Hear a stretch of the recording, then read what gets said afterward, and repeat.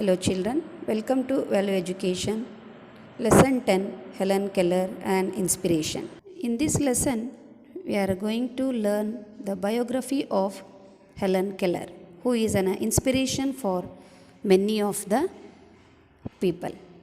Helen Keller was born on June 27, 1880 in a small town in Alabama of USA. Her parents were Captain Arthur Henry and Kate Adams Keller. When Helen was a young child, she caught a terrible fever. The fever would have killed the child, but Helen fought through it. When she recovered from fever, her parents discovered or they come to know that Helen could neither see nor hear. Due to that terrible fever, she was not able to see and not able to hear. So this made them broken-hearted. But they felt that Helen would be all right. They have a hope that maybe she will be all right. As she could not hear or see, Helen used her senses of smell and touch to understand what was going on around her.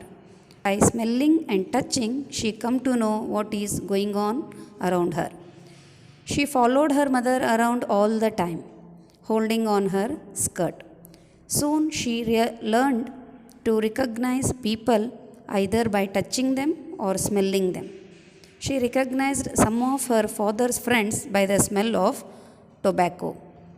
By the age of 7, Helen communicated with her family with the help of signs which she invented. If she wanted certain food items or a drink, she expressed signs to her parents. So by the age of 7, she started to use signs to tell her parents what she want to eat or what she want to drink, showing some signs. Even same thing, small children will also do. That maybe all of you have seen. Then Helen started to express her frustration through outburst. Seeing that, her parents decided to appoint a teacher, that is tutor for her, that who can help her. They did not hope that the tutor would understand her well. Yet their love for her daughter made them try. The tutor they hired was Anne Sullivan, who was partially blind. Anne soon realized that Helen was unruly because she could not communicate. So the tutor understand why she is behaving like that. The reason is that she could not communicate properly with the others.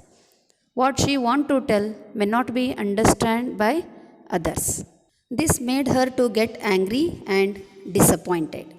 This fact realized by the tutor Anne Sullivan.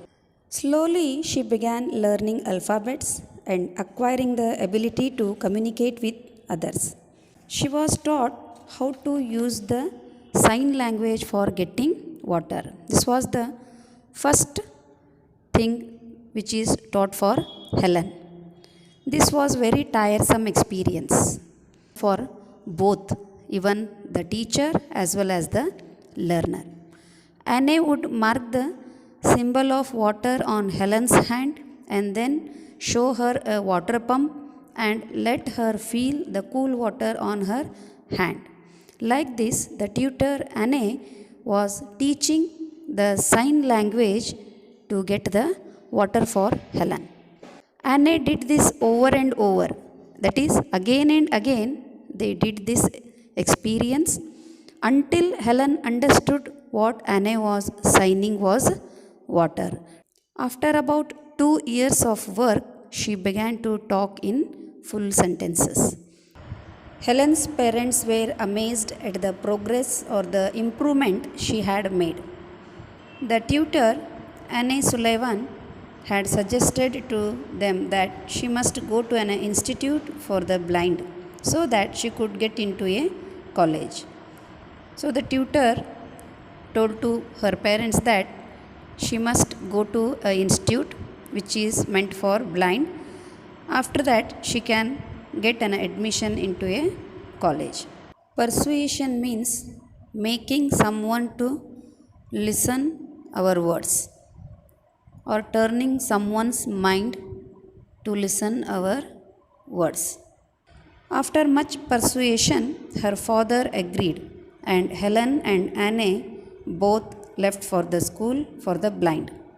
After spending about 6 years in the school, Helen learned how to read the Braille. Braille is the special writing for the blind. It was a very big achievement. Helen was an intelligent girl and her aspirations or desires were limitless. In 1894, she was admitted to a school for deaf in New York. She got admission in a school which is meant for the persons who are unable to hear.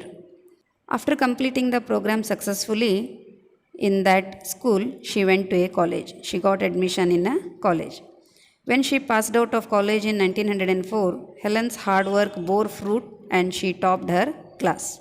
Her learning 6 years in a blind school and completing the program in a deaf school both gave fruit for her hard work and she became a topper in her class. She graduated with honors. She got graduation. Her parents were very proud of her. They were very grateful, that is, thankful to Anne Sullivan, who was Helen's tutor or teacher. Once she was out of college, that is, once she graduated from the college, she started writing, and Helen wrote her first book, The Story of My Life. And with the proceeds from the book, with the money that she earned by the selling of her book, her first book, she was able to buy her own house. Helen kept writing. She continued her writing work. Her life and experiences, especially her relationship with her teacher, Anne Sullivan, it became the inspiration for an Oscar winning documentary. So, based on her life, her experiences, and her relationship with her teacher, Anne Sullivan, a documentary was made, and that documentary won Oscar award. Stage play, that is, a drama which was based on her life and her experiences, was also ran for 2 years with full audience. Her life story became the theme for a movie that won for its lead character an Oscar award for the best actress. So, Oscar award at the world level, it is the highest award given for an actor for best acting or excellent acting. Helen Keller also visited India and had discussions with Prime Minister of that time, Jawaharlal Nehru. She was later awarded America's highest civil award of Presidential Medal of Freedom in 1964. She died in 1969. Her mortal remains were buried by the side of her teacher, Anne Sullivan, in the National Cathedral in Washington, D.C. Thousands of people visit her resting place and praise her courage for winning a terrible war on her physical handicaps. During Helen's adulthood, that is, during her young age, she was a very religious woman. She traveled throughout the country telling her life story to others in the hope that they would not lose faith or hope and never give up their courage when they are faced with a challenge in their life. Even today, Helen Keller is an inspiration to many young people. Long after her death, students enact on stage her life and the deeds of courage. So, children, today you learned the courageous deeds of Helen Keller.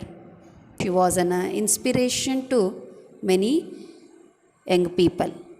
So, through this lesson, you are learning the qualities like courage and determination, perseverance, that is, we should have patience, not to lose the hope or faith, and we have to face the challenges and the quality of service to humanity.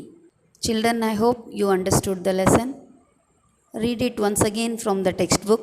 Thank you.